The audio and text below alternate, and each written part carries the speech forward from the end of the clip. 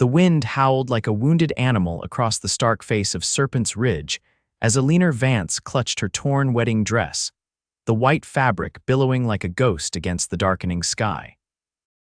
Blood trickled from her scraped palms, where she had caught herself from tumbling over the edge of the cliff after Charles had abandoned her there with nothing but cruel words, and the wedding ring he'd ripped from her finger. October 1875, in the Montana Territory, was no place for a woman alone as night descended, especially one who had just discovered her groom had only married her for her family's land deed. Eleanor shivered violently as the temperature dropped, her thin satin slippers offering no protection against the rough stone beneath her feet. The wedding party had dispersed hours ago, and Charles had insisted on taking her for a private moment to share their first sunset as husband and wife. Instead, he had revealed his true nature, laughing as he told her about his other wife in Colorado and how Eleanor's father's land would soon be his. "Stupid, stupid girl," she muttered to herself, tears streaming down her face as she attempted to navigate the treacherous path in the fading light. Her honey-blonde hair, once perfectly arranged with white flowers, now hung in tangled disarray around her shoulders. The sound of rocks sliding beneath her feet sent her heart racing as she nearly lost her footing again. The crack of a rifle somewhere in the distance made her freeze. Bandits. Wild animals. Either way, Eleanor knew she couldn't remain on the exposed cliff face. She needed shelter before the unforgiving night fully claimed the land. With trembling legs, she forced herself to move, inching along the narrow ledge toward what she hoped was a path down. The moon emerged from behind thick clouds, casting eerie silver light across the landscape. It was then that Eleanor spotted a figure on horseback below, moving toward the base of the cliff. Fear and hope warred within her chest. "Hello," she called out, her voice carried away by the wind. "Please." "Help me?" The figure stopped, and Eleanor heard the distinct sound of boots hitting the ground as the rider dismounted. Her breath caught in her throat. Had they heard her? Or was this someone connected to Charles, sent to ensure she never returned to town with her story? "Who's up there?" A deep voice called back, followed by the beam of a lantern sweeping the cliffside. "I'm here, on the ledge," Eleanor waved frantically, nearly losing her balance again. The light found her, illuminating her white dress against the dark rock. "Good Lord, lady, don't move an inch." The voice carried authority and concern in equal measure. "I'm coming up." Eleanor watched as the man secured his horse and began scaling the path toward her with remarkable agility. As he drew closer, she could make out his form tall and broad-shouldered, wearing a worn leather duster and a wide-brimmed hat pulled low over his face. A cowboy, by the looks of him, with a holstered pistol at his hip. When he finally reached her, the lantern light revealed a rugged face with several days' worth of stubble and the most intense blue eyes she had ever seen.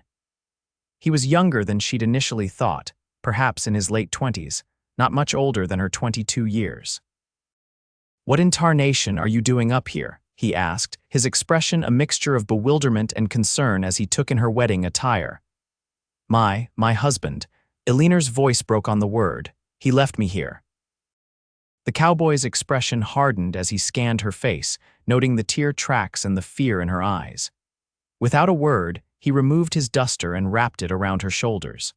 The warmth of it enveloped her immediately, carrying the scent of leather, horses, and something distinctly masculine. "Vincent Rhodes," he said, offering his name without preamble. "Most folks call me Vince." "Eleanor Vance," she whispered, then corrected herself bitterly. "Eleanor Blackwell, I suppose, though it seems the marriage was a sham." Vincent's jaw tightened at her words.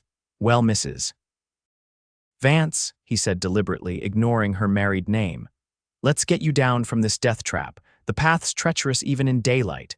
He offered his hand, strong and calloused from years of hard work. Eleanor hesitated only a moment before placing her smaller one in his. Something about his steady presence calmed the panic that had been threatening to overwhelm her. As they began their careful descent, Eleanor stumbled on her torn dress. Vincent caught her effortlessly, one arm wrapping around her waist. "Sorry," she murmured, embarrassed by her weakness. "No need for apologies," he said gruffly. "This is rough country for fancy shoes and wedding gowns." When they finally reached the bottom, Eleanor was shaking from exhaustion and cold. Vincent led her to his horse, a magnificent chestnut stallion that watched them with intelligent eyes. "This is Rusty," Vincent said, patting the horse's neck. "He's the most sure-footed mount in 3 territories." Eleanor managed a small smile. "He's beautiful." Vincent assessed her condition with a critical eye. "You're in no state to ride alone. We've got a long journey to the nearest town." Without warning, he lifted her onto the saddle with surprising gentleness. Eleanor gasped at the sudden movement, clutching the saddle horn to steady herself. Vincent swung up behind her, his chest warm against her back as he reached around her for the reins. "Where are we going?" she asked, suddenly aware of how completely she was placing her trust in this stranger. "My cabin's about 2 hours from here," he replied. "It's not much, but it's warm and safe." He paused, then added in a softer tone, "You'll never be alone again, not while I'm around, that's a promise." Eleanor felt tears spring to her eyes at his words, so different from the honeyed lies Charles had whispered to win her hand. Exhaustion overtook her as Rusty began to pick his way across the rugged terrain, and she found herself leaning back against Vincent's solid chest, drawing strength from his unwavering presence. The rhythmic movement of the horse beneath them, and the steady beating of Vincent's heart against her back lulled Eleanor into a state between wakefulness and sleep. The night sounds of the wilderness, owls calling, coyotes howling in the distance, the rustling of nocturnal creatures created a wild symphony around them. "How did you find me?" she murmured after they had ridden in silence for some time. Vincent shifted slightly behind her. "I was tracking a mountain lion that's been killing calves at nearby ranches. Saw the reflection of your dress in the moonlight. Thought I was seeing a ghost at first." "I feel like one," Eleanor admitted. "Everything I believed about my life vanished today."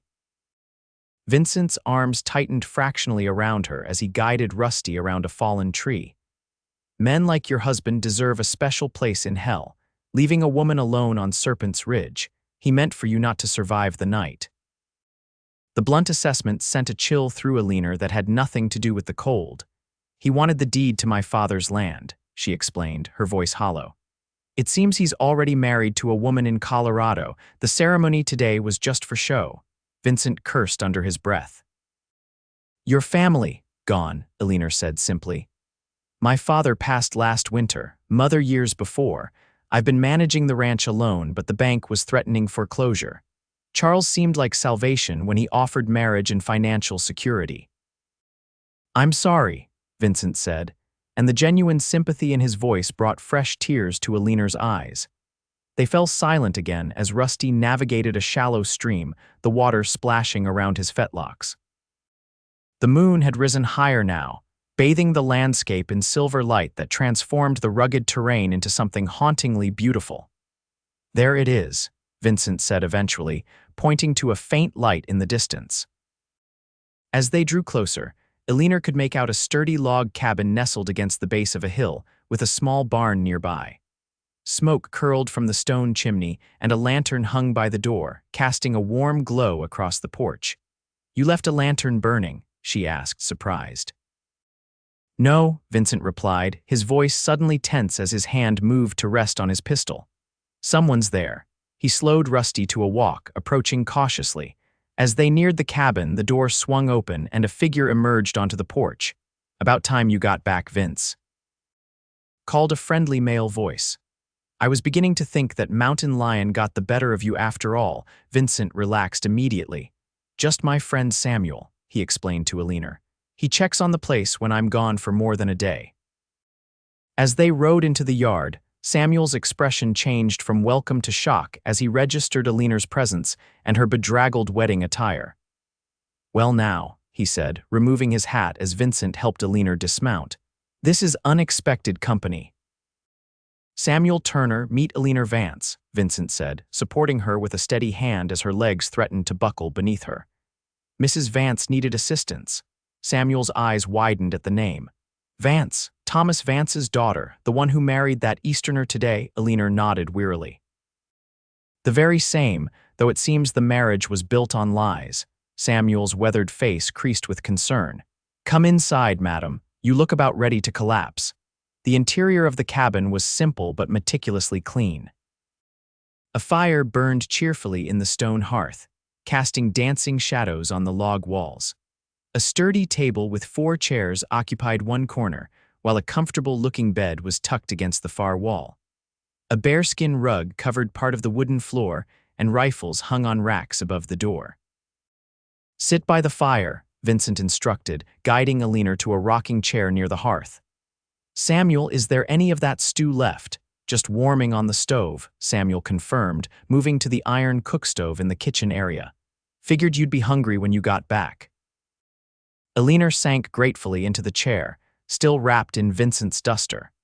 The warmth of the fire began to seep into her chilled bones as she watched the 2 men move efficiently around the cabin. There was an easy familiarity between them that spoke of long friendship. Samuel brought her a steaming mug of coffee liberally laced with whiskey. "This will warm you from the inside, madam." Eleanor accepted it with trembling hands, taking a cautious sip. The liquor burned a path down her throat, but the heat that followed was welcome. "Thank you," she murmured. "Both of you?" Vincent crouched beside her chair, his blue eyes searching her face. "You're safe now. We'll figure everything out come morning." Something in his steady gaze made Eleanor believe him, despite the wreckage her life had become in a single day. She nodded, too exhausted for words. Samuel brought a bowl of stew, the rich aroma making Eleanor realize how hungry she was. She ate slowly, listening as Vincent briefly explained to Samuel how he had found her. "That Charles Blackwell is trouble," Samuel said grimly. "There have been rumors about him in town. Some say he's connected to the land speculators trying to buy up property before the railroad comes through." "He mentioned partners," Eleanor said, her voice stronger now that food and warmth had revived her somewhat.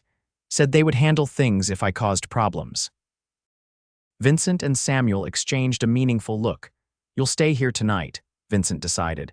"Tomorrow we'll ride to town and speak with Sheriff Davis." "I can't impose," Eleanor began, but Vincent cut her off with a gentle shake of his head. "It's no imposition. The cabin's secure, and between Samuel and me, you'll be well protected." Samuel nodded in agreement. "I'll head back to my place and return at first light. We'll escort you to town together." After Samuel departed, Vincent brought Eleanor a clean shirt and trousers. "They'll be far too big, but they're dry and warm. You can change behind that screen," he said, indicating a wooden folding screen in the corner. "I'll step outside to check on Rusty." Left alone, Eleanor gratefully shed her ruined wedding dress. The simple act felt symbolic, as if she were shedding the lies and betrayal along with the white satin. Vincent's clothes engulfed her small frame, but the soft flannel was infinitely more comfortable than her damp gown. When Vincent returned, he had arranged blankets and a pillow on the bearskin rug. "You take the bed," he said firmly when she protested. "I've slept on worse than my own floor." Too exhausted to argue, Eleanor slipped beneath the quilts on the bed. The pillow carried Vincent's scent pine, leather, and open air. Despite everything, she felt safe for the first time since her father's death. "Vincent," she called softly as he banked the fire for the night. "Yes." He turned toward her, his face half in shadow. "Thank you for finding me." A small smile softened his rugged features. "Get some rest, Eleanor. Tomorrow's soon enough to face the world." As sleep claimed her, Eleanor's last conscious thought was that perhaps fate had led her to that cliff for a reason not to end her story, but to begin a new one.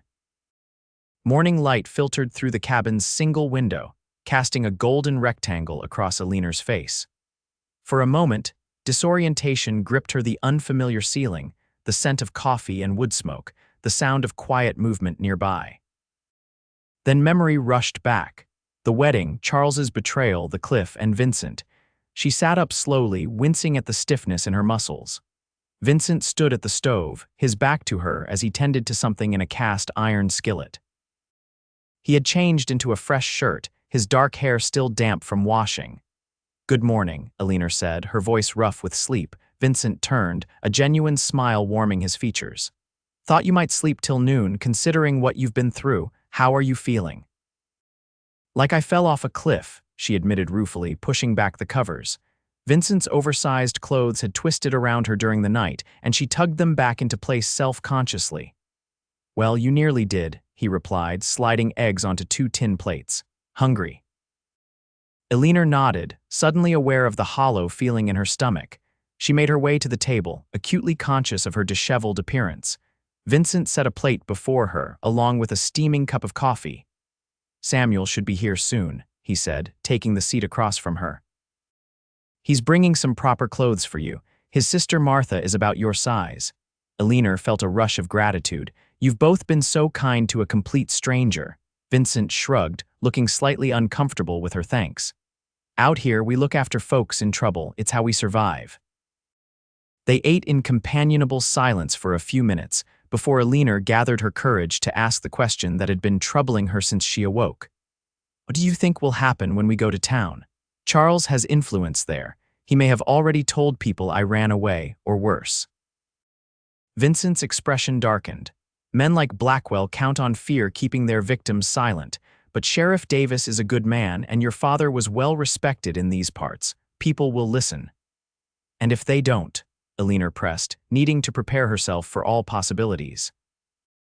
Vincent met her gaze directly. "Then we find another way to get justice, but I won't let him hurt you again, Eleanor. That's a promise." The intensity in his blue eyes made her heart beat faster. This man, who had known her less than a day, was willing to stand between her and danger without hesitation.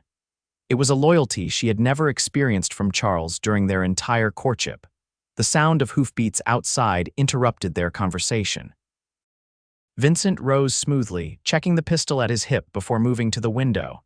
"It's Samuel," he confirmed, relaxing slightly, "and Martha's with him." Minutes later, the cabin was filled with the friendly presence of Samuel and his sister, a sturdy, no-nonsense woman with kind eyes and a determined set to her jaw. She took one look at Eleanor and clicked her tongue sympathetically. "That Charles Blackwell never did deserve a good woman," Martha declared, setting down a bundle of clothing. "Half the town suspected he wasn't what he claimed, but your father was set on seeing you settled before his health failed completely." Eleanor blinked back tears at the mention of her father. "I should have been more careful, should have asked more questions." Martha shook her head firmly. "None of that now. Men like Blackwell make deception their life's work. The important thing is you're safe, and we're going to make things right." With Martha's help, Eleanor changed into a simple but well-made blue dress that fit her reasonably well. Martha also provided a brush, helping Eleanor tame her tangled hair into a simple braid. "There now," Martha said with satisfaction. "You look like yourself again." When they emerged from behind the screen, Vincent's gaze lingered on Eleanor for a moment longer than necessary. Something flickered in his eyes before he quickly looked away, busying himself with checking his rifle. "Sheriff Davis will be at his office by now," Samuel said. "We should head to town. Best to get this settled before Blackwell realizes you survived and tries to cover his tracks." Vincent nodded in agreement. "Eleanor can ride with Martha in your wagon. I'll follow on Rusty. Safer that way, we can keep an eye out for trouble from all sides." The journey to town took just over an hour, with Eleanor seated beside Martha in the wagon's bench seat. The two men rode flanking them, eyes constantly scanning the surrounding countryside for any sign of danger. As they approached the outskirts of Silver Creek, Eleanor's anxiety mounted. This town had been her home all her life, yet now she felt like a stranger returning under a cloud of scandal and betrayal. "Hold your head high," Martha advised, sensing her distress. "You've done nothing wrong." The main street was busy with morning activity shopkeepers sweeping their boardwalks, freight wagons making deliveries, cowboys emerging from the saloon after a night of cards. Heads turned as their unusual procession made its way toward the sheriff's office, and Eleanor felt the weight of curious stares. Sheriff Davis was a lean, weathered man with iron gray hair and shrewd eyes that missed little. He rose from his desk as they entered his office, surprise evident on his face. "Miss Vance," he said, removing his hat. "Shouldn't you be on your honeymoon journey about now?" "That's why we're here, Sheriff," Vincent said, stepping forward. "Mrs. Vance has had a rather harrowing experience that requires your attention." Over the next half hour, Eleanor recounted the events of the previous day, the wedding, Charles's revelation of his deception, and his abandonment of her on Serpent's Ridge. With each word, the sheriff's expression grew grimmer. "And you're certain he mentioned having another wife?" Davis asked, making notes in a leather-bound book. Eleanor nodded firmly. He laughed about it. Said his real wife was in Denver and that she understood the necessity of their arrangement.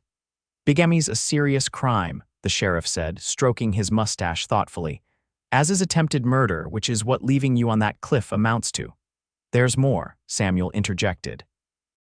"Blackwell's been buying drinks at the Silverbuck Saloon, bragging about his connections to the Eastern Railroad interests. Said once the line comes through, he'd control enough land to make a fortune." Davis's eyes narrowed. "Land speculation. That explains his sudden interest in the Vance property. It borders the proposed railroad route for nearly 3 miles. My father would never have sold to the railroad," Eleanor said. "He believed it would destroy the ranching way of life." "Which is why Blackwell courted and married you instead," Vincent concluded. "With a marriage certificate, he could claim ownership of the Vance property legally." A cold realization settled over Eleanor. "He never intended for me to survive." A grieving widower would have complete control over his deceased wife's property. Sheriff Davis rose from his desk, his decision made. "I'll send telegrams to Denver immediately to verify the existence of this other wife. In the meantime, I'll gather a posse to find and arrest Blackwell. Last I heard, he was celebrating at the Silverbuck last night, but he planned to leave for business this morning."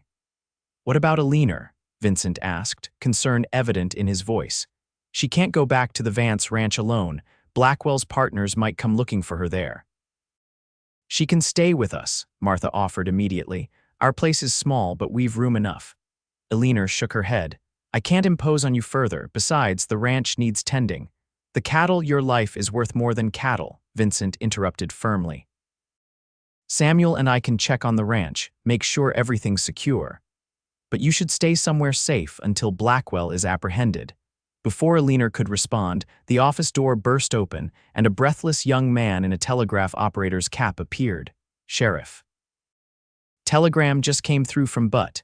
There's been a stagecoach robbery on the North Road. Driver killed, passengers robbed." Davis cursed under his breath. "Any description of the robbers?" "3 men, one reportedly well-dressed like an Easterner," the telegraph operator replied. "They took the stage's strongbox and headed east toward the Bitter Creek Pass." Vincent and Samuel exchanged meaningful glances. "Blackwell," Vincent said grimly, "making his escape with whatever he could grab." The sheriff grabbed his hat and gun belt. "I need to organize a posse immediately. You folks stay in town where it's safe. Vincent, would you? I'll come with you." Vincent finished for him, checking his pistol. "Samuel can keep an eye on the ladies." Eleanor stepped forward, her heart racing. "Be careful," she said, meeting Vincent's gaze. "Blackwell is more dangerous than he appears." Something passed between them in that moment, an unspoken connection that made the busy sheriff's office fade away. Vincent nodded once, his blue eyes intense. "I will. Stay with Martha and Samuel. I'll be back before nightfall."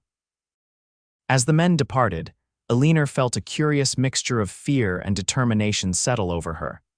In just 24 hours, her life had been upended completely.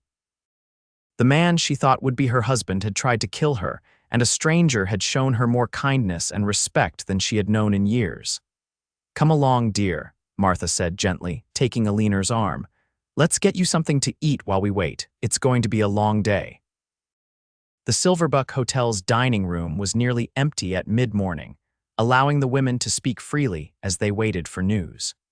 Martha proved to be a font of information about the town's happenings, including disturbing rumors about Charles that had circulated even before the wedding. "There were whispers that he wasn't who he claimed to be," Martha explained over coffee. "A cattle buyer from Denver remembered seeing him involved in some shady land deals in Colorado. But by then, the wedding plans were already underway, and your father was failing fast." Eleanor felt sick at the realization that the town had harbored doubts about Charles, but had remained silent out of respect for her father's wishes. "I was so blinded by his charm and the promise of saving the ranch," she admitted. "Father seemed so relieved when Charles proposed." Martha reached across the table to squeeze her hand. Thomas Vance was a proud man. The thought of losing the land he'd built from nothing was breaking his heart as surely as his illness, Blackwell exploited that vulnerability. The question now is what happens to the ranch, Eleanor sighed. Even if Charles is caught, the bank's foreclosure threat remains. I can't manage the place alone indefinitely. Martha studied her thoughtfully. Vincent might have some ideas about that. He's got a good head for business, despite his preference for the solitary life. Eleanor felt a flutter in her chest at the mention of Vincent.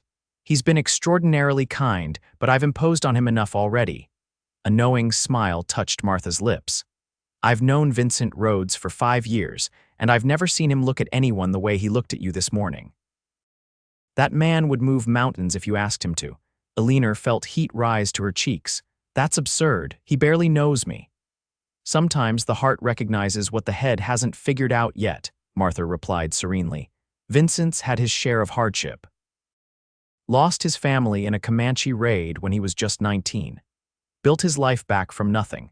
He understands what it means to start over. This new information about Vincent's past added another dimension to the quiet strength she had sensed in him. Before Eleanor could respond, commotion outside drew their attention to the window. Riders were galloping into town, raising dust along the main street. They're back, Martha said, rising quickly. Let's go see what happened. They hurried outside to join the growing crowd. Sheriff Davis led the returning posse, his expression grim. Behind him rode several deputies and then Vincent, his face streaked with dirt and what looked alarmingly like blood. Eleanor pushed through the onlookers, heart in her throat. Vincent. He dismounted stiffly, wincing as his boots hit the ground. His left arm was bound in a makeshift bandage that had soaked through with blood. It's nothing, he said as she reached him, concern evident in her eyes. Bullet just grazed me. You were shot. She gasped, instinctively reaching for his injured arm before stopping herself. The sheriff interrupted before Vincent could downplay his injury further.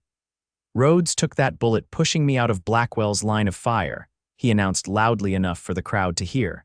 Man saved my life. A murmur of appreciation rippled through the townspeople. Vincent looked uncomfortable with the attention, his eyes seeking Eleanor's. Did you catch him? She asked quietly. The sheriff shook his head. Blackwell and one accomplice escaped into the high country. The third man wasn't so lucky. He gestured toward a horse carrying a blanket-wrapped body. We recovered most of the stolen money and valuables, at least. What happens now? Eleanor asked, trying to keep her voice steady despite her disappointment. Now we get this man to the doctor, Sheriff Davis said firmly, nodding toward Vincent. Then we regroup. Blackwell won't get far. I've telegraphed descriptions to every law office in 3 territories. Dr. Wilson's office was only 2 doors down from the hotel. Eleanor insisted on accompanying Vincent, despite his protests that he was fine. The elderly doctor clucked disapprovingly as he examined the wound. Fine, he says. Young man, an inch to the right and you'd have lost the use of this arm, doctor. Wilson grumbled, cleaning the wound with carbolic acid that made Vincent hiss through clenched teeth. Eleanor stood nearby, watching with concern as the doctor stitched the gash closed. Vincent's eyes found hers over the doctor's shoulder, and he managed a reassuring smile despite his obvious pain. See, told you it was nothing, he said, attempting to lighten the mood. 12 stitches is hardly nothing, she retorted, but returned his smile nonetheless. When the doctor had finished bandaging Vincent's arm and providing stern instructions about keeping the wound clean, Eleanor helped him back into his shirt. Her fingers brushed against his bare shoulder, and she felt him tense slightly at her touch. Thank you, she said softly as they left the doctor's office. For everything you've done. Vincent shook his head. No need for thanks. I'd do it again in a heartbeat. They rejoined Samuel and Martha, who were waiting outside with Sheriff Davis. The afternoon sun cast long shadows down the main street as they discussed what would happen next. The telegraph from Denver confirmed our suspicions, Davis informed them. Charles Blackwell, real name Charles Bartlett, is indeed married to a Josephine Bartlett. They've been involved in land swindles across Colorado and Wyoming for the past 3 years. What about his claim on Eleanor's property? Samuel asked. The marriage certificate is null and void given his existing marriage, the sheriff explained. Mrs. Vance retains full ownership of her father's ranch. Relief washed over Eleanor at this news, though it was tempered by the knowledge that Charles was still at large. "That's settled, then," Martha said briskly. "Eleanor comes home with us until it's safe for her to return to the ranch." "Actually," Vincent interjected, "I have another suggestion if Mrs. Vance is amenable." All eyes turned to him expectantly. "The Vance ranch needs protection until Blackwell is caught," he continued. "I propose that Samuel and I stay there, help with the cattle, and keep watch. Eleanor can remain in town where it's safer, but visit during daylight hours to oversee things." Eleanor considered his proposal. The ranch was her home, her heritage. The thought of strangers managing it in her absence was uncomfortable, yet Vincent's plan made practical sense. "That would be incredibly generous," she said slowly, "but I can't ask you to put your own work aside for my benefit." "I tracked that mountain lion to its den yesterday before I found you," Vincent replied. "Shot it clean. My commission from the Ranchers Association is already earned." "I've no pressing obligations." Samuel nodded in agreement. "My foreman can handle my place for a spell. Vince is right, the Vance Ranch is too isolated for you to stay there alone until Blackwell is captured." Sheriff Davis stroked his mustache thoughtfully. "It's a sound plan. I'll assign a deputy to escort Mrs. Vance whenever she travels between town and the ranch." Eleanor looked at the circle of faces, all showing genuine concern for her welfare. These people, most of whom she had barely known yesterday, were rallying around her with no expectation of reward. It was humbling and deeply moving. "Thank you," she said, her voice thick with emotion. "I accept your kind offer." That evening, Eleanor dined with Martha and Samuel at their modest home on the edge of town. Vincent had gone to gather supplies for their stay at the Vance Ranch, promising to meet them the following morning. As Martha prepared a room for her, Eleanor stood by the window, gazing at the stars emerging in the darkening sky.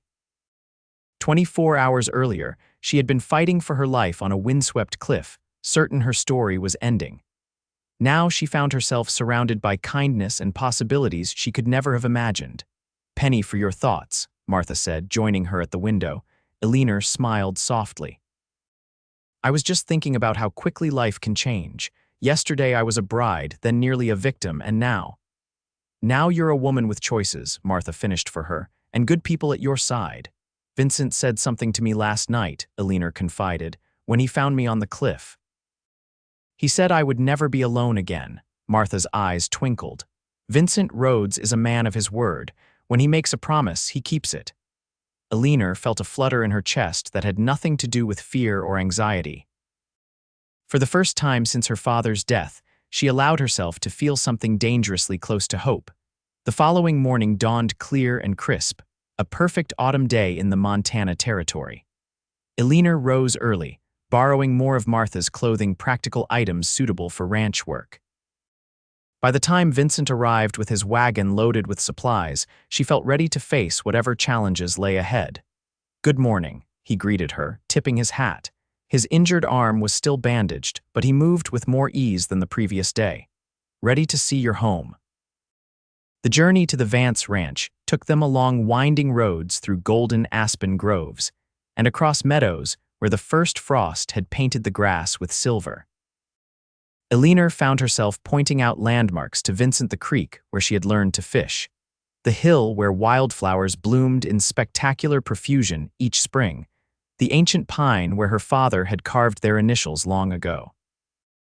"You love this land," Vincent observed, his blue eyes warm as he watched her animated descriptions. "It's in my blood," Eleanor admitted. "Every hill and valley feels like part of me." As they crested the final rise, the Vance Ranch came into view, a sturdy two-story farmhouse with a wide porch, weathered barn, and various outbuildings nestled in a protected valley. Cattle grazed in the distance, and smoke rose from the chimney. Eleanor frowned at the sight. "Someone's there." Vincent's hand moved to his pistol as they approached cautiously. As they drew closer, a figure emerged onto the porch, an elderly man with a shock of white hair and a shotgun cradled in his arms. "Hank," Eleanor exclaimed in relief, recognizing her father's longtime foreman. "I didn't expect to find you here." The old cowboy squinted at them before breaking into a gap-toothed grin. "Miss Ellie, thank the Lord." He propped his shotgun against the porch rail and hurried down to meet them. When you didn't return from the wedding, I feared the worst. Then that no good husband of yours showed up with two rough-looking fellows, ransacking the house for something. Eleanor's blood ran cold. When was this? Yesterday afternoon, Hank replied grimly. They weren't expecting me. I was checking the north pasture fence and came back early. Nearly shot me before I convinced them I was just a hired hand. They were looking for some papers your father kept in his desk. The land deed, Eleanor realized. Did they find it? Hank's weathered face crinkled in a sly smile. Your father was too smart for that. Always kept important papers in the false bottom of the old flour bin in the pantry. Those city slickers never thought to look there. Vincent chuckled appreciatively. Smart man. What happened after they searched? Eleanor asked, dreading the answer. They talked about burning the place, Hank said, his expression darkening. But Blackwell said it would attract too much attention, said they'd come back later to finish things properly once they had you. Vincent's jaw tightened at these words. Did you hear where they were headed? Hank shook his head. They thought I was tied up in the barn. Didn't know your father taught me to slip any knot ever tied. I heard them ride off toward Bitter Creek, but that's all. Eleanor introduced Vincent and explained their plan for safeguarding the ranch. Hank's presence was an unexpected blessing. His knowledge of the property and livestock would be invaluable. 3 men watching is better than 2, Vincent agreed as they unloaded supplies, especially with one of us sporting a bum arm. The interior of the farmhouse showed signs of Blackwell's search drawers appended, furniture moved, books pulled from shelves. Eleanor moved through the rooms with a growing sense of violation, straightening what she could in her father's study. She paused before his portrait on the wall. Thomas Vance had been a formidable man in his prime, tall and broad-shouldered with the same honey-blonde hair Eleanor had inherited. The artist had captured his determined expression perfectly. I'm sorry, father, she whispered. I should have been more careful. Your father would be proud of how you're handling this, Vincent said quietly from the doorway, startling her. Most women would be broken by what you've endured. Eleanor turned to face him, her chin lifting slightly. Vance women have never broken easily. My mother rode 15 miles with a broken arm to fetch the doctor when father was gored by a bull. I come from sturdy stock. A smile tugged at Vincent's lips. I believe it. He hesitated, then added, I've been thinking about your situation with the bank. Oh. Eleanor raised an eyebrow, curious. The cattle market in Butte is strong right now, he explained. If we culled the herd selectively and drove a portion to market, it might generate enough to satisfy the bank until spring. Eleanor considered his suggestion. That could work. But a cattle drive requires men, horses, supplies. Samuel has connections with several reputable cowboys looking for work. Hank knows your herd. I've driven cattle from Texas to Kansas. Between us, we could organize a small drive before the snow flies. The practical solution he offered stunned Eleanor with its simplicity. Charles had insisted the only answer was to sell the entire ranch, claiming the operation was too small to be profitable. Yet here was Vincent, immediately seeing possibilities where Charles had only emphasized problems. Why would you do this? She asked softly. You barely know me. Vincent's gaze was steady. I know enough. I know you're fighting to keep your father's legacy alive. I know you faced death with courage, and I know that helping neighbors in need is what builds community in these parts. Something unspoken hung in the air between them, a growing connection that neither was ready to name. Eleanor felt a warmth in her chest that had nothing to do with the sunlight streaming through the window. Thank you, she said simply. I accept your help gratefully. The moment was interrupted by Samuel's arrival with a wagon of additional supplies. The rest of the day passed in a flurry of activity, taking inventory of the cattle, repairing damage to the barn door where Blackwell's men had broken in, and establishing a watch rotation to guard against their return. As dusk approached, the deputy assigned by Sheriff Davis arrived to escort Eleanor back to town. Vincent walked her to the wagon, his expression troubled. I don't like you leaving, he admitted, but it's safer in town for now. Eleanor nodded, understanding his concern. I'll return tomorrow. We can begin planning the cattle drive then. Vincent helped her into the wagon, his hand lingering on hers a moment longer than necessary. "Be careful. Blackwell is desperate now that his scheme is exposed. You're the one with the bullet wound," she reminded him with a small smile. "Please don't take any unnecessary risks." Their eyes held for a long moment before Vincent stepped back, allowing the deputy to take the reins. As the wagon pulled away, Eleanor looked back to see Vincent standing in the yard, watching until she disappeared from view. The next 2 weeks fell into a pattern.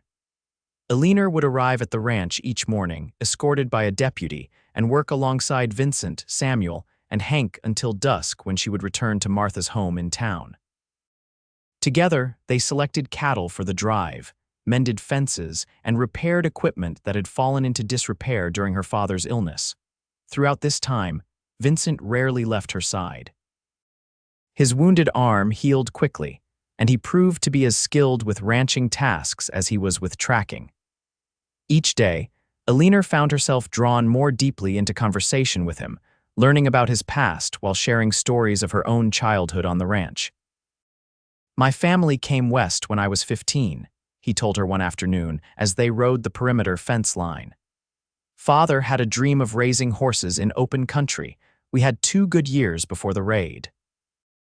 Eleanor listened, heart aching, as he described losing his parents and younger sister to a Comanche attack while he was away trading horses in a nearby settlement.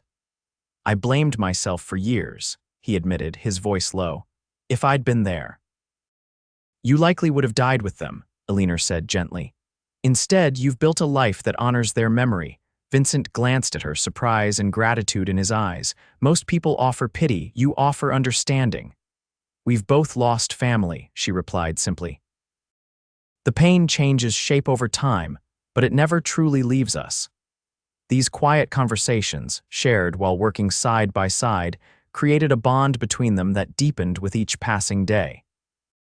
Eleanor found herself looking forward to Vincent's rare smiles, the way his eyes crinkled at the corners when he laughed, the gentle strength in his hands as he helped her with a difficult task. News from Sheriff Davis came intermittently.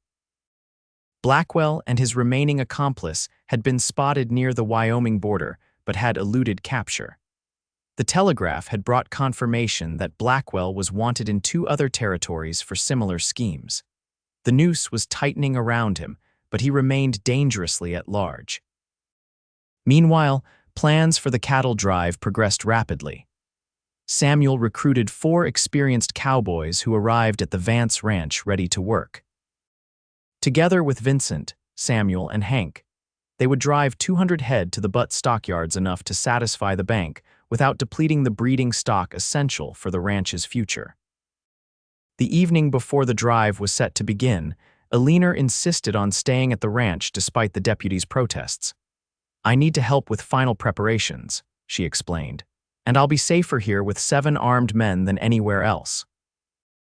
After the deputy reluctantly departed, Eleanor found herself alone with Vincent on the porch as twilight painted the sky in shades of purple and gold. The cowboys were gathered around a campfire near the barn, their laughter and conversation carrying on the evening breeze. "Nervous about tomorrow?"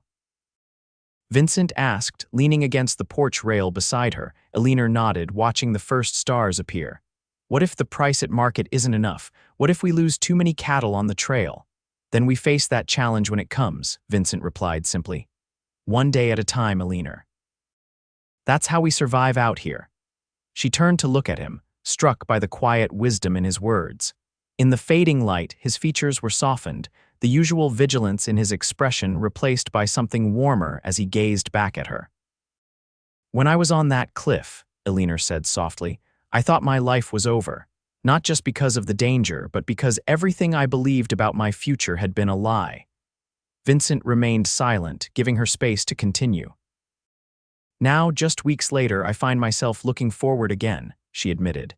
"Making plans, seeing possibilities. It's unexpected." "Life has a way of surprising us," Vincent agreed, his voice low. "When I found you on that ridge, I was tracking a mountain lion. Instead, I found something far more valuable." Eleanor's breath caught at his words. "And what was that?" Vincent turned to face her fully, his blue eyes intent in the gathering darkness. "A woman of remarkable courage, Someone who reminds me there's more to life than just surviving. He reached out slowly, giving her time to pull away if she wished, and tucked a strand of honey blonde hair behind her ear. His touch was gentle, almost reverent. "Vincent," she whispered, her heart racing. Before he could respond, a shout from the bunkhouse interrupted the moment. One of the cowboys was calling for Vincent's opinion on a saddle repair. Vincent sighed, his hand dropping reluctantly. "Duty calls. We should both get some rest anyway. Dawn comes early on drive days." Eleanor nodded, both disappointed and relieved by the interruption. Whatever was growing between them needed time she was grateful to have.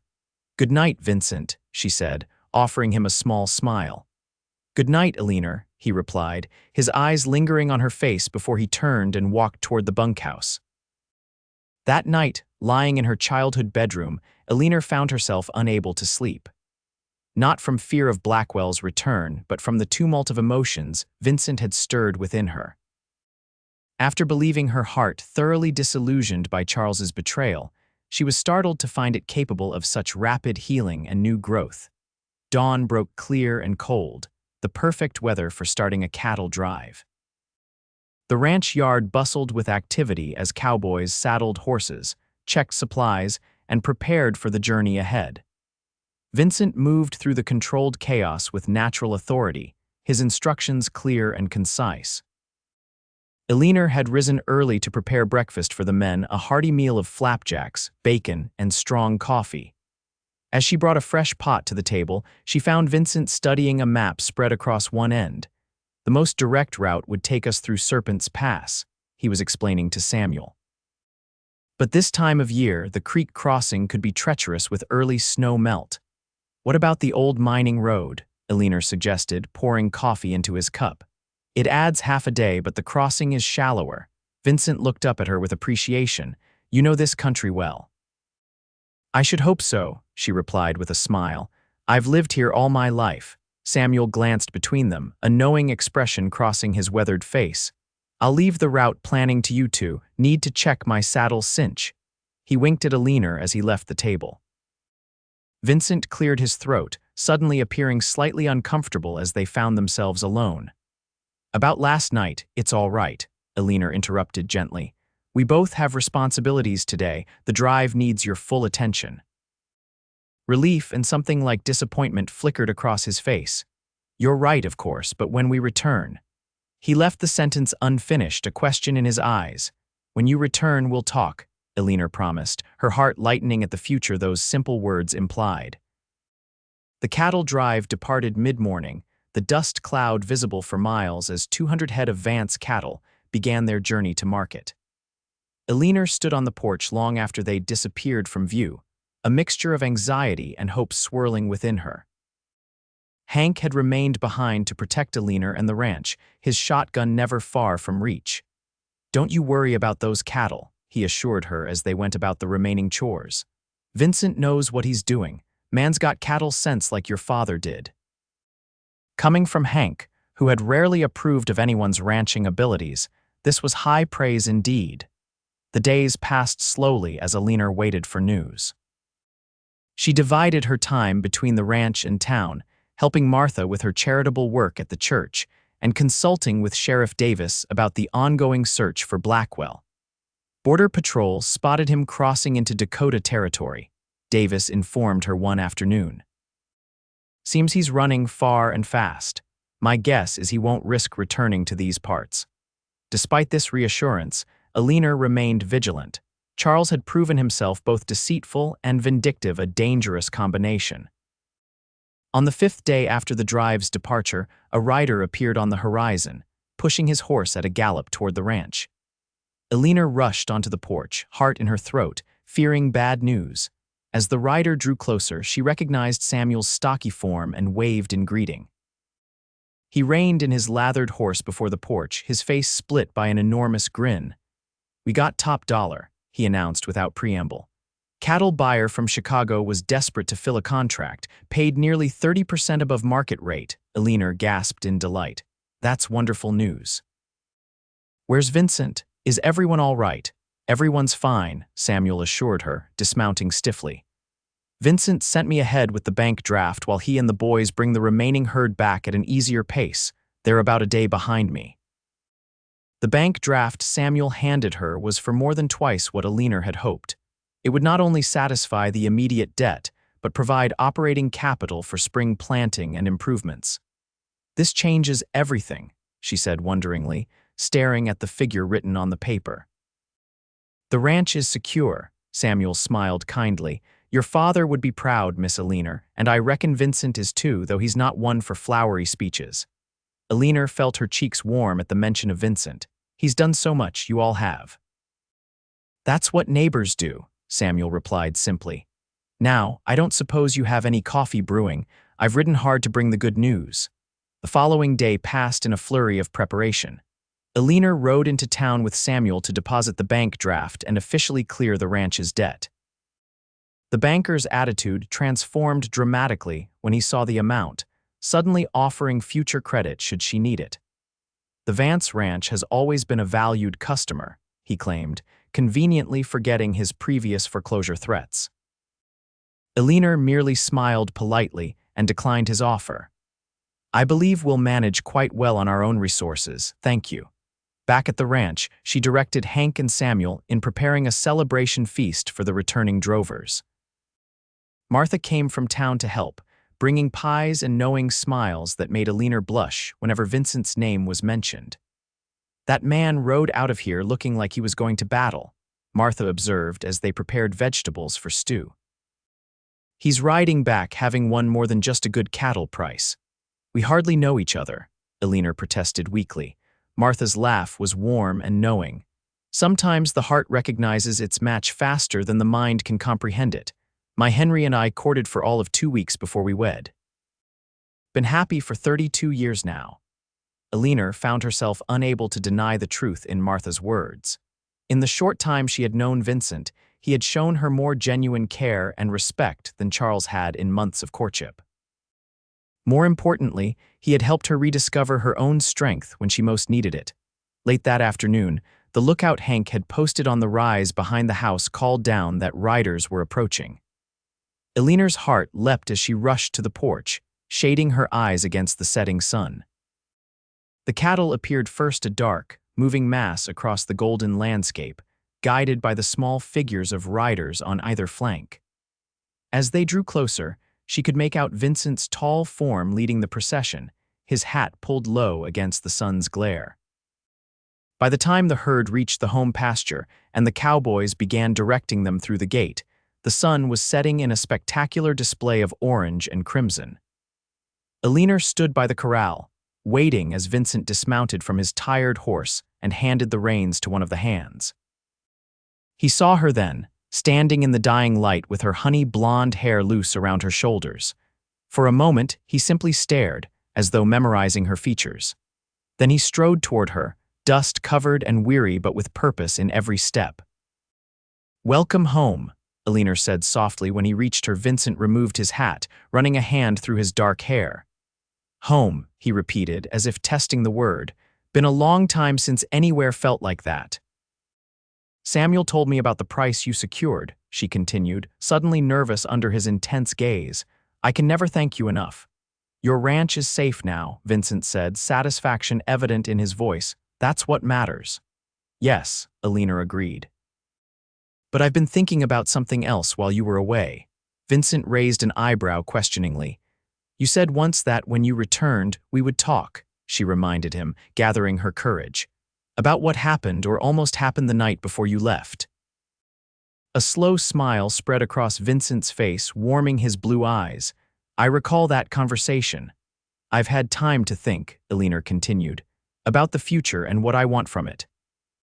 Vincent stepped closer, close enough that she could see the flecks of silver in his blue eyes, smell the leather and dust and something uniquely him.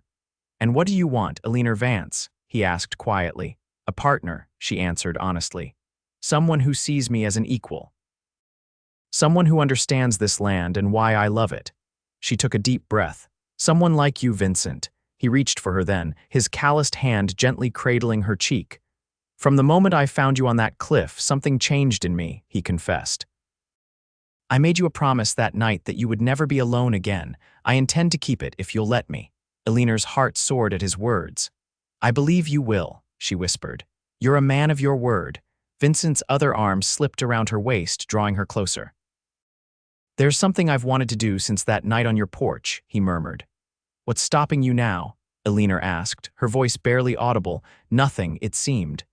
Vincent's lips met hers in a kiss so tender it brought tears to her eyes. Unlike Charles's calculated embraces, designed to impress rather than connect, Vincent's kiss held genuine emotion, restrained passion, profound respect, and a promise of devotion that made Eleanor's heart race. When they finally parted, Vincent rested his forehead against hers. "I know it's soon," he said softly. "I know you've been hurt. We can take all the time you need." Eleanor smiled, feeling truly happy for the first time in longer than she could remember. "Life out here teaches us not to waste precious time," she replied. "My father always said you can tell a person's character by how they face adversity. I've seen yours, Vincent Rhodes, and it's everything I could hope for." A throat clearing nearby reminded them they weren't alone. They turned to find Samuel, Martha, Hank, and the Cowboys watching with varying expressions of amusement and approval. "Dinner's getting cold," Martha announced with a twinkle in her eye. "Though you two seem to have found something sweeter already." Vincent laughed, a free and joyous sound that Eleanor realized she had rarely heard from him. He kept one arm around her waist as they walked toward the house, neither willing to break contact now that they had found each other. The celebration dinner was everything Eleanor had hoped: good food, laughter, and tales of the cattle drive that grew taller with each telling. Vincent never strayed far from her side, their hands occasionally meeting beneath the table, a private connection amid the communal joy. As the evening wound down, the Cowboys retreated to the bunkhouse while Samuel and Martha prepared to return to town. Vincent walked them to their wagon, speaking quietly with Samuel while Eleanor said her goodbyes to Martha.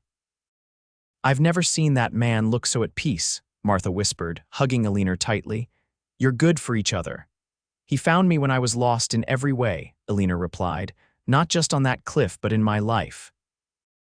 After their guests departed, Eleanor and Vincent stood together on the porch, watching the moon rise over the distant mountains. The night was clear, stars scattered like diamond dust across the vast Montana sky. "What happens now?" Eleanor asked, nestled against Vincent's side, his arm warm around her shoulders. "Well," he said thoughtfully, "a proper courtship would be traditional."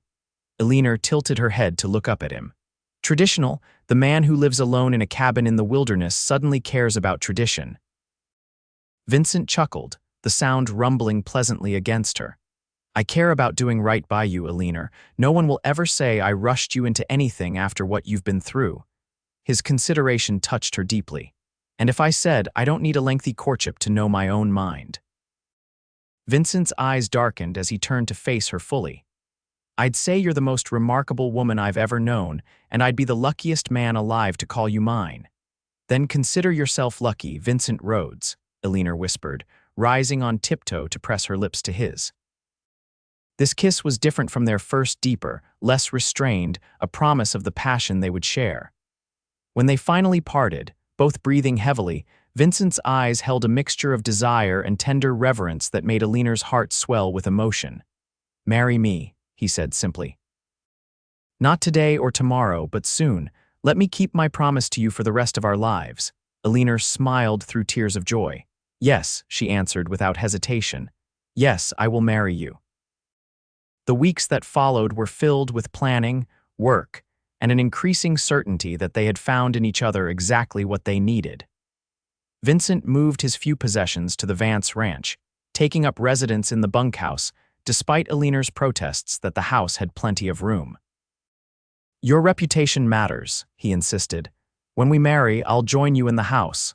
Until then, I can be patient." His old-fashioned sense of propriety endeared him further to Eleanor, though she found creative ways to steal private moments together, as they worked side by side to prepare the ranch for winter. News came from Sheriff Davis that Charles Blackwell had been apprehended in Dakota Territory, trying to pull a similar scheme on a widow with valuable property. He would stand trial for multiple counts of fraud, bigamy, and attempted murder. "He'll never threaten you again," Vincent promised when they received the news. "You're safe now."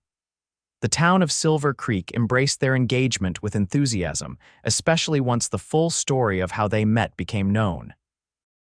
The romantic tale of the abandoned bride, rescued by a cowboy, captured imaginations and hearts throughout the community. Martha took charge of wedding preparations with cheerful efficiency, enlisting the church ladies to help create a celebration worthy of the occasion. The date was set for the first Saturday in December, before the worst of winter weather made travel difficult for guests. On the morning of their wedding day, snow fell gently across the land, transforming the ranch into a winter wonderland. Eleanor stood at her bedroom window, watching the delicate flakes drift from a pearl-gray sky. So much had changed in just 2 months. The woman who had stood terrified on Serpent's Ridge, believing her life was over, now faced the future with confidence and joy. The ranch was secure, her heart was whole, and the man waiting for her at the church was everything she could have wished for. Martha helped her dress in a simple gown of ivory silk, nothing like the elaborate confection she had worn for her ill-fated wedding to Charles. This dress, like her love for Vincent, was authentic and unadorned with false embellishments. "You look beautiful," Martha said, arranging Eleanor's honey-blonde curls beneath a simple veil, like a bride should look happy. The ride to town was filled with anticipation rather than the doubt Eleanor had experienced on her previous wedding day. Samuel drove the wagon, dressed in his Sunday best with a sprig of pine in his lapel. "Vincent's been at the church since dawn," he informed her with a chuckle. "Man's as nervous as a long-tailed cat in a room full of rocking chairs, though he'd never admit it." The small church was filled to capacity with townspeople and ranchers from the surrounding area. As Eleanor walked down the aisle on Hank's arm, the old foreman having proudly accepted her request to give her away, she had eyes only for Vincent. He stood tall and handsome at the altar, his dark hair neatly trimmed, dressed in a new black suit that emphasized his broad shoulders. When he turned and saw her, the look of wonder and love that transformed his face brought tears to Eleanor's eyes. The ceremony was simple but meaningful. They exchanged vows they had written themselves, promises not just of love but of partnership, respect, and unwavering support through whatever challenges life might bring. "I found you on a cliff edge, believing yourself abandoned," Vincent said, his voice steady despite the emotion in his eyes. "I promise you will never feel that way again. You are my heart, Eleanor, my home, my future." Eleanor's voice trembled slightly as she responded, "You came to me when I had lost all hope and showed me that true strength lies in how we face adversity together. I promise to walk beside you through all of life's joys and sorrows, as your equal, your partner, your love." When the minister pronounced them husband and wife, Vincent's kiss was both tender and possessive, a public declaration of their commitment that brought approving applause from the assembled guests. The celebration afterward at the town hall lasted well into the evening, with music, dancing, and enough food to feed half the territory. Vincent rarely left Eleanor's side, his hand finding hers repeatedly as if reassuring himself that she was truly his at last. As the festivities wound down, they slipped away to the hotel where they would spend their wedding night before returning to the ranch the following day.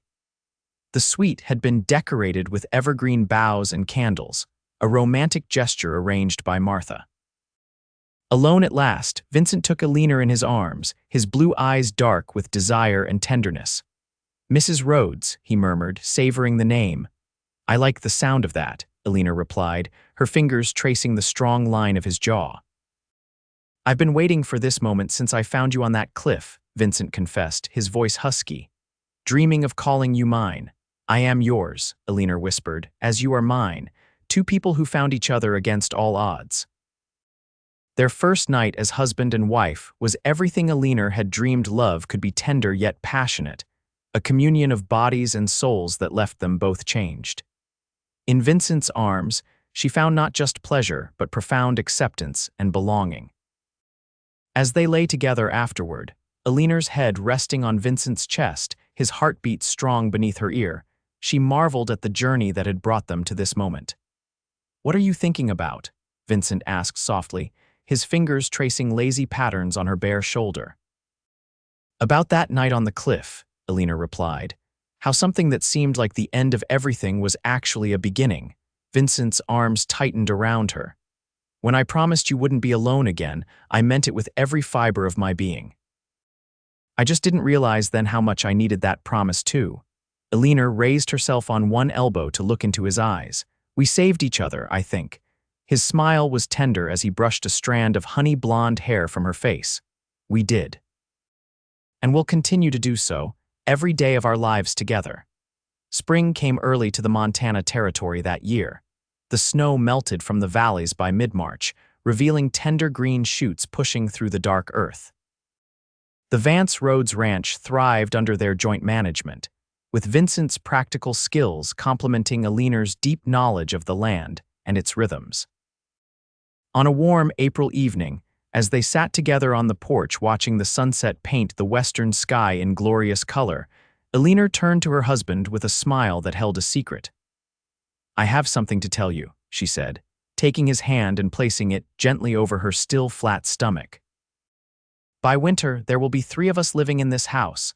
Vincent's expression transformed from confusion to wonder as her meaning became clear. "A baby," he whispered, his voice thick with emotion. "Our baby," Eleanor nodded, tears of joy welling in her eyes. "Our future, growing stronger every day." Vincent gathered her into his arms with a gentleness that belied his strength, his face buried in her honey-blonde hair. When he finally pulled back to look at her, there were tears on his cheeks. "You have given me everything I never dared to dream of," he said, his voice raw with feeling. "A home, a purpose, a family of my own. And you gave me back my life when I thought it was over," Eleanor replied softly. "On that cliff when you said I would never be alone again." Their lips met in a kiss that held all the promise of their shared future, the child they would welcome, the land they would nurture, the love that would sustain them through whatever challenges lay ahead. As twilight deepened into night, stars appearing one by one in the vast Montana sky, Eleanor Rhodes rested in her husband's embrace, profoundly grateful for the twist of fate that had led him to find her on Serpent's Ridge. What had begun as her darkest hour had become the foundation for a life richer and more meaningful than she could ever have imagined. And Vincent, watching his wife's face in the soft glow of lamplight, silently renewed the promise he had made that night that she would never again face life's struggles alone. It was a promise they now kept for each other, a bond forged in adversity and strengthened by love, as enduring as the mountains that watched over their home.